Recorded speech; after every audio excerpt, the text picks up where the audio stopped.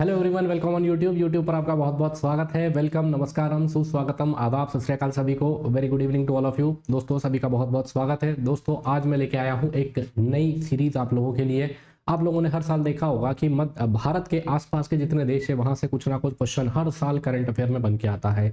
कभी किसी देश की संसद का नाम पूछ लिया जाता है, कभी किसी देश के आसपास के देशों के राष्ट्रपति का नाम पूछ लिया जाता है, प्रधानमंत्री का नाम पूछ लिया जाता है, कभी पूछ लिया जाता है तख्ता पलट के बारे में। जैसे आपने देखा कि भाई म्यांमार में तख्ता पलट हुआ था, उससे रिलेटेड क्वेश्चन आ गया था। अगर आपने रिसेंट के पेपर देखे होंगे, पिछले 5 साल के पेपर देखे होंगे, तो हर साल भारत के जो पड़ोसी देश हैं इनसे संबंधित कोई ना कोई प्रश्न पूछा जाता है। पहले भी ऐसे प्रश्न पूछे जाते थे, जैसे बांग्लादेश का राष्ट्रीय खेल क्या है, श्रीलंका का राष्ट्रीय खेल क्या है। ऐसे कुछ क्वेश्चन जो है वो हमेशा से पूछते चले गए हैं। तो मैं आपके लिए एक नई सीरीज लेके आया हूं। यहां से श्योर शॉट है 100% क्वेश्चन तो आना ही आना है, तो क्यों ना इसको अच्छे से हम प्रिपेयर कर ले। अब प्रिपेयर करने का एक तरीका था कि मैं सारा डेटा आपको एक साथ फीड कर देता, और दूसरा तरीका था कि हम एक एक देश लेके चले। तो मैं आपको आज से शुरू कर रहा हूं एक सीरीज। ये शॉर्ट एंड स्वीट सीरीज रहेगी। बस आप लोगों को इसका विशेष ध्यान रखना पड़ेगा कि आप टाइमली इन क्लासेस को देख लें, ताकि आपको एग्जैक्ट इन्फॉर्मेशन जो है वो पता लग जाए। क्यों? क्योंकि आपने देखा होगा श्रीलंका में, बांग्लादेश में, पाकिस्तान में, नेपाल में, भूटान में, सभी जगह पर टर्मोइल चल रहा है, बदलाव जो है बार बार आ रहे हैं। तो हमें करंट अफेयर से बने रहना पड़ेगा, ताकि एग्जाम में क्वेश्चन हम गलत ना करके आए। ऐसा ना हो कि किताब के भरोसे बैठे हो और किताब में पिछले ही कहीं का लिखा हो, है ना। तो अभी क्या बदलाव आया है वो हमें देखना बहुत ज्यादा एग्जाम पॉइंट ऑफ व्यू से जरूरी रहेगा। तो मैं डेली आप लोगों के लिए एक देश लेके आऊंगा। पहले मैं आपको नेबरिंग कंट्रीज के बारे में बता दूंगा, उसके बाद में मैं डेली आप लोगों के लिए एक देश के बारे में जानकारी लेके आऊंगा, जिसमें उस देश से रिलेटेड जो जो चीजें पूछी जाती हैं वो सारे फैक्ट्स मैं आपको बता दूंगा। सेकेंडली, उस देश से भारत का जो करंट अफेयर कनेक्ट कर रहा है उसके बारे में बता दूंगा। तो आप श्योर शॉट रहेंगे, आप कॉन्फिडेंट रहेंगे कि हाँ, इस टॉपिक से क्वेश्चन बाहर से नहीं आएगा और हमें आता है, हम इसका आंसर सही लगा लेंगे। तो पूरी कोशिश करिए मैंने कि हर चीज इसमें मैं आपको दे दूं, ताकि आपको कुछ भी एक्स्ट्रा मेहनत ना करना पड़े। बशर्ते इसको आप याद रखें, ये क्लासेस को देखें और इनको नोट डाउन कर लें, या मैं इसकी पीडीएफ भी आपको टेलीग्राम चैनल पर अपलोड करवा दूंगा। तो शुरू करते हैं आज की कहानी को। आज हम पढ़ने जा रहे हैं दोस्तों neighbouring countries of India, Bharat के पड़ोसी देश। हर साल यहाँ से क्वेश्चन आता है। यहाँ पर हम देख पा रहे हैं भाई, चाइना लगा है, भूटान लगा है, नेपाल है, पाकिस्तान है, अफगानिस्तान है, फिर इधर नीचे श्रीलंका आ रहा है, म्यांमार आ रहा है, बांग्लादेश आ रहा है। तो इन्हीं सभी देशों के बारे में हमने बात करनी है कि भाई कौन सा देश जो है उससे हमारे क्या संबंध है। तो कहानी को शुरू करते हैं। कहानी को शुरू करने से पहले एक और जबरदस्त से इंफॉर्मेशन दोस्तों, अनअकैडमी लेके आया है अब तक का सबसे बेहतरीन ऑफर। वो बेहतरीन ऑफर क्या है दोस्तों? तो अब हम क्या दे रहे हैं, अभी तक आपको 1 साल पर 1 साल वाला ऑफर मिलता था, या फिर आपको 25% की छूट मिलती थी। अभी अनअकैडमी ने आप लोगों के लिए दोनों ही चीजों को क्लब कर दिया है। कैसे क्लब कर दिया है कि जब आप 1 साल का सब्सक्रिप्शन लेंगे तो 1 साल पर 1 साल का सब्सक्रिप्शन तो फ्री मिलेगा, प्लस जो 1 साल आप दे रहे हैं, 1 साल का जो पैसा दे रहे हैं उसमें भी 25% का डिस्काउंट आपको मिल जाएगा। मतलब कैसे? फॉर एग्जांपल, आप 1 साल का सब्सक्रिप्शन लेते हैं तो सब्सक्रिप्शन की कॉस्ट है 12,649 रुपए, लेकिन आपको पे कितना करना रहेगा? मात्र 9,677 रुपए पे करना रहेगा। 2,972 रुपए का आपको डिस्काउंट हो जाएगा। अब मिलेगा क्या? तो ये 9,677 रुपए में आपको 18,149 रुपए का बेनिफिट मिलेगा। मतलब 9,677 में 75% जब आप पे करेंगे, 1 साल का ही पे करना है, उसमें आपको 2 साल का सब्सक्रिप्शन मिल रहा है इन टोटल। बात समझ में आई? तो ये कोड को अभी तक, ये सब्सक्रिप्शन को अभी तक आपने नहीं लिया हो तो याद से इस सब्सक्रिप्शन को टाइमली अवेल कर लीजिएगा। बहुत ही लिमिटेड समय के लिए इतने शानदार से ऑफर आते हैं, है ना। तो ये मेरा कोड है अंशटेन लाइव। इसमें मैं आपको सारी चीजें करवाऊंगा कि भाई तैयारी किस तरीके से करी जाती है, नोट्स कैसे बनाए जाते हैं, रिवीजन की क्या टेक्निक्स रहती है, सारी चीजें जो है वो मैं आपको बताऊंगा। मैं आपको गाइड करते चलूंगा। जो आपको एक जरूरत रहती ना कि कोई गाइड करने वाला होना चाहिए, कोई मोटिवेट करने वाला होना चाहिए, कोई बताने वाला चाहिए, तो उसकी भूमिका जो है वो मैं आपके लिए निभाऊंगा। आप ये कोड इस्तेमाल करके फटाफट से आ सकते हैं अनअकैडमी के प्लस प्लेटफॉर्म पर। अब कहानी को शुरू करते हैं।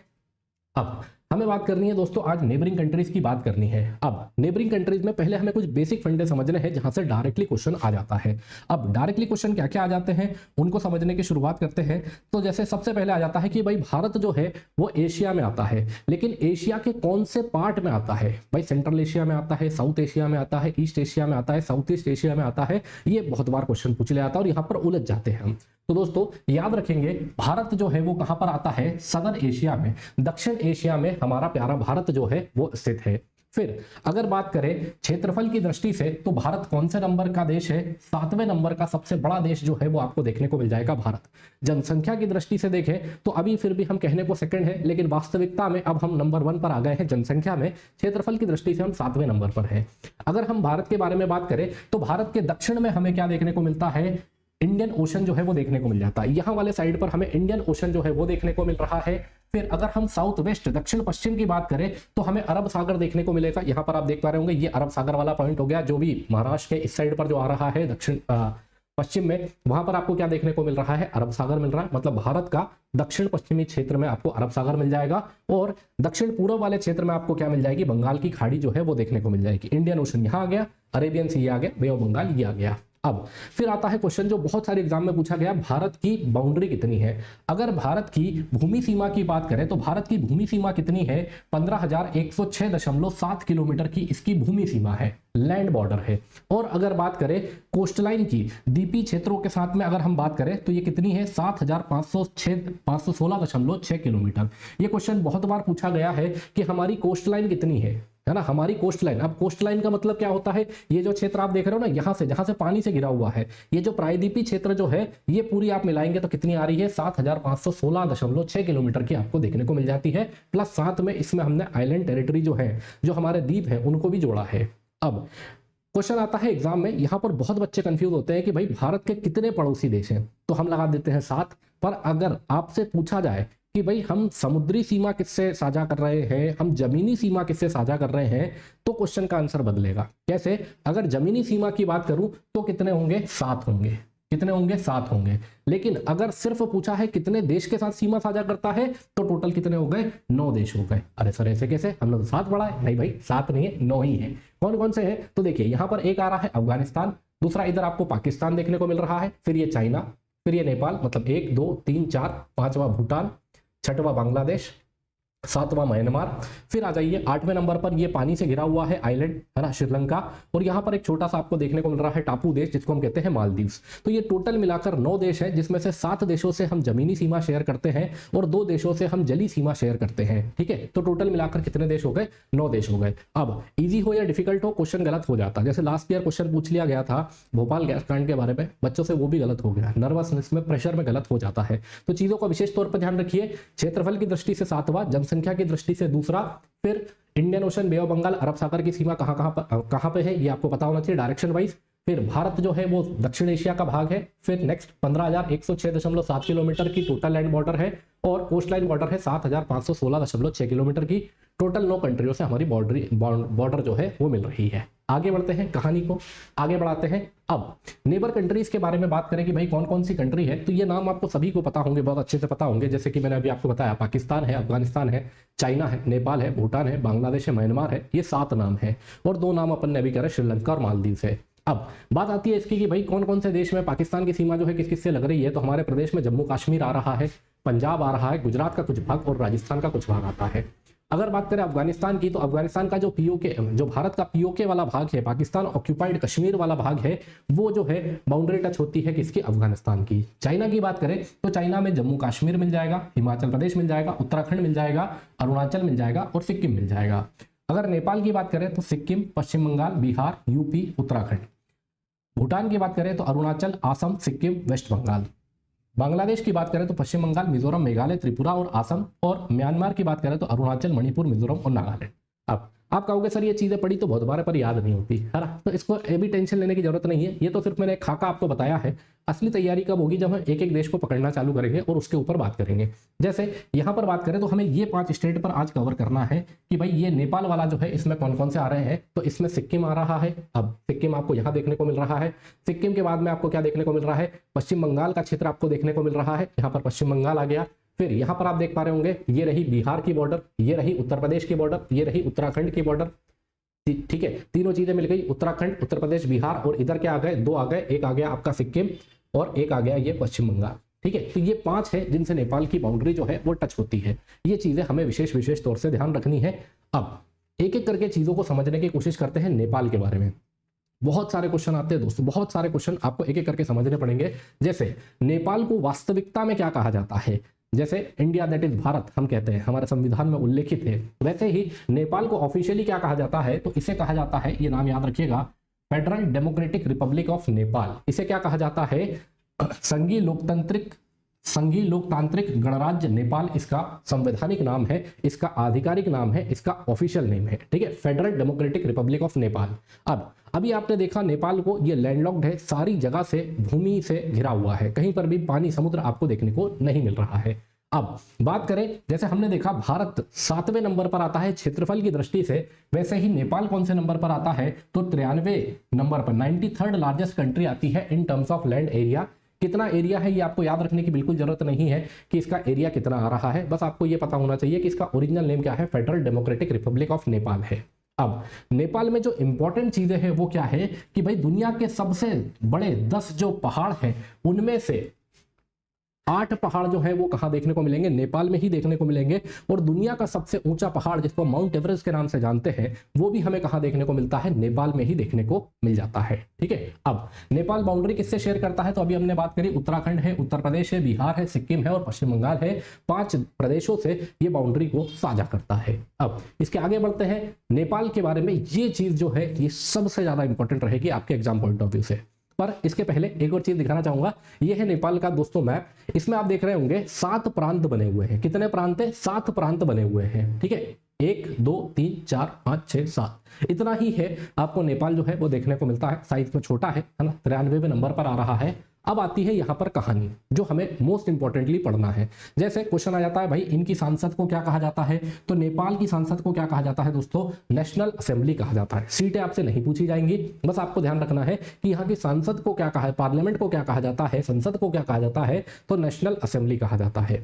अब यहाँ के राष्ट्रपति कौन है, तो अभी मार्च 2023 में ही लास्ट मंथ ही यहाँ पर राष्ट्रपति बदले हैं। और अब कौन राष्ट्रपति बन गए हैं, रामचंद्र पौडेल जो है वो राष्ट्रपति बन गए हैं। और यही सबसे ज्यादा पूछे जाने के चांसेस रहेंगे, विशेष तौर से ध्यान रखिएगा, रामचंद्र पौडेल जो है ये राष्ट्रपति बन गए हैं। एक ऑप्शन आपको मिलेगा, बिल्कुल मिलेगा, विद्या देवी भंडारी का ऑप्शन मिलेगा, लेकिन इनकी जगह पर है ना, इनकी जगह पर ही कौन आए हैं, इनकी जगह पर ही अब आ गए हैं। अब किसे चुन लिया गया है, तो रामचंद्र पौडेल को चुन लिया गया है। It is very very very important कि आप ये ध्यान रखें।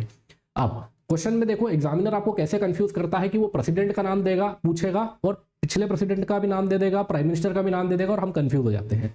तो प्रधानमंत्री का नाम क्या है, प्रधानमंत्री का नाम है पुष्पा, है ना, आपके नाम से कुछ कुछ याद आ रहा होगा, है ना, पुष्पा।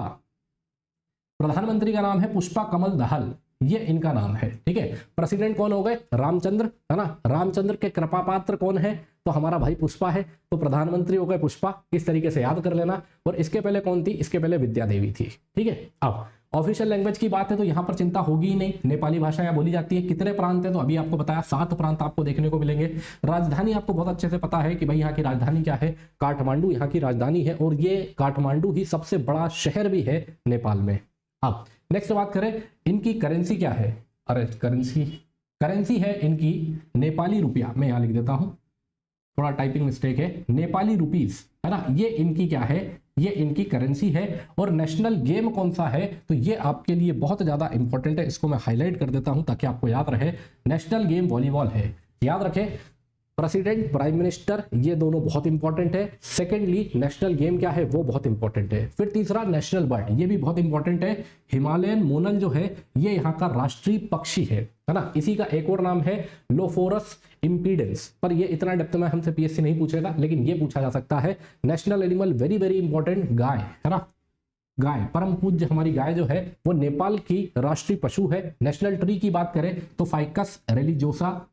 नेशनल फ्लावर की बात करें तो रोडोडेंड्रोन। हाईएस्ट पीक की बात करें तो माउंट एवरेस्ट। और लॉन्गेस्ट नदी कर्नाली।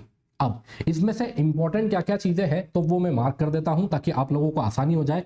इंपॉर्टेंट चीजों में बेटा अगर आपसे एग्जाम में पूछा जा रहा है तो किन किन चीजों को ध्यान रखना है कि आपको प्रेसिडेंट का नाम पता हो, प्राइम मिनिस्टर का नाम पता हो, नेशनल गेम इनका पता हो, और ये नदी इनको भी पता हो। ये सबसे ज्यादा जरूरी है। और फिर एक पार्लियामेंट, ये 5 चीजें तो आपको पता होनी ही होनी चाहिए। ये इस चीज का मेक श्योर कर लीजिएगा कि ये 5 चीजें आपको पता है।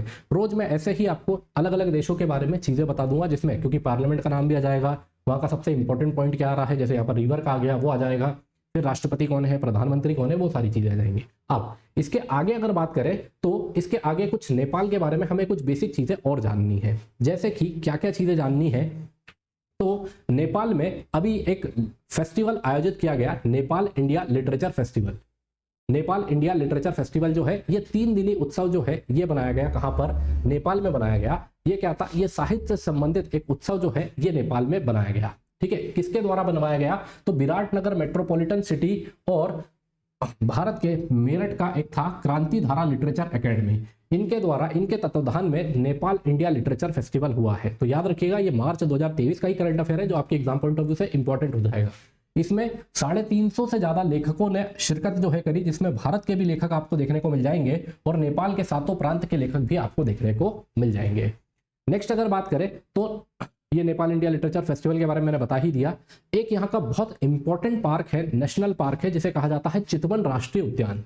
क्या नाम है, चितवन राष्ट्रीय उद्यान। ये चितवन राष्ट्रीय उद्यान जो है ये नेपाल का पहला राष्ट्रीय उद्यान है, पहला नेपाल का नेशनल पार्क है। अब एक समय पर यहाँ पर शिकार खेले जाते थे और बड़े बड़े जानवरों का शिकार किया जाता था, लेकिन 1973 में इसे क्या घोषित कर दिया गया, इसे राष्ट्रीय उद्यान घोषित कर दिया गया। और वर्ल्ड हेरिटेज साइट ये कब बना, 1984 में, 1984 में इसे विश्व धरोहर स्थल के रूप में घोषित कर दिया गया। तो आपसे पूछा जा सकता है एग्जाम में क्वेश्चन कि चितवन नेशनल पार्क, चितवन राष्ट्रीय उद्यान जो है वो कहाँ आता है, तो ध्यान रखिएगा नेपाल में ही आपको चितवन राष्ट्रीय उद्यान जो है वो देखने को मिलता है। अब इसमें 2 चीजें ध्यान रखना, अभी नेपाल के साथ में हमारा नेपाल इंडिया लिटरेचर फेस्टिवल हुआ है, और दूसरा याद रखेंगे चितवन राष्ट्रीय उद्यान कहाँ पर है, नेपाल में आपको देखने को मिल जाएगा। यह विश्व धरोहर स्थल है, इसीलिए इंपॉर्टेंट है। नेक्स्ट अगर बात करें तो दोस्तों एमपीपीएससी, जैसे कि मैंने आपको बताया कि एमपीपीएससी आपके लिए सब्सक्रिप्शन में लाया है 25% तक का ऑफ, और उसके साथ में क्या लेके आया है, 1 साल पर 1 साल का सब्सक्रिप्शन जो है वो फ्री लेके आया है अनअकैडमी आप लोगों के लिए। इसमें आपको 25% का ऑफ मिल जाएगा, चाहे 2 साल वाले पर लो, 1 साल वाले पर लो, 6 महीने वाले पर लो या 3 महीने वाले पर लो। इसके लिए आप क्या कर सकते हैं, ये कोड का इस्तेमाल जो है वो कर सकते हैं। इसके अलावा दोस्तों एक और बहुत बेहतरीन सी चीज हम चालू कर रहे हैं, जो हमने चालू कर दी है एक्चुअली 30 डेज का हमने एक मैराथन प्रैक्टिस सेशन जो है वो प्रीलिम्स के लिए लॉन्च किया है। ये बाइलिंगुअल है, हिंदी प्लस इंग्लिश मीडियम दोनों के लोगों को, स्टूडेंट्स को देखने को मिल जाएगा, जिसमें हम सभी टीचर जो है वो आपको पूरी की पूरी 10 यूनिट का एमसीक्यू के माध्यम से जबरदस्त तरीके से रिवीजन जो है वो कराने जा रहे हैं। 17 अप्रैल से ये बैच जो है वो चालू हमने कर चुके हैं। अब अगर आपको एमपीजीके में दिक्कत आ रही है तो एमपीजीके का कोर्स मैं और शुभम सर लेके आए हैं मात्र 299 रुपीज में, जिसमें 120 से ज्यादा घंटे की हिंदी प्लस इंग्लिश मीडियम में आपको क्लासेस जो है वो देखने को मिल जाएंगी। अब इसकी खासियत क्या है कि इसमें आपका कंप्लीट एमपीजीके जो है वो पूरा की पूरा एमपीजीके तैयार हो जाएगा। सेकेंडली एक कोर्स और है इंडियन हिस्ट्री का, जिसमें एंशिएंट, मिडाइवल और मॉडर्न हिस्ट्री मैंने कवर कराई है। ये भी 120 से ज़्यादा घंटे का कोर्स है, हिंदी प्लस इंग्लिश मीडियम में आपको देखने को मिल जाता है। इसमें भी बहुत डेप्थ में जाकर चीज़ों को कंप्लीट जो है वो करवाया गया है। अब चूंकि प्रीलिम्स इतना नज़दीक है तो आप इस दोनों कोर्स को देख तो नहीं पाएंगे, लेकिन जो आगे की तैयारी कर रहे हैं उनके लिए ये बहुत बेनिफिशियल हो सकता है, मेंस के लिए आपके लिए बहुत बेनिफिशियल हो सकता है।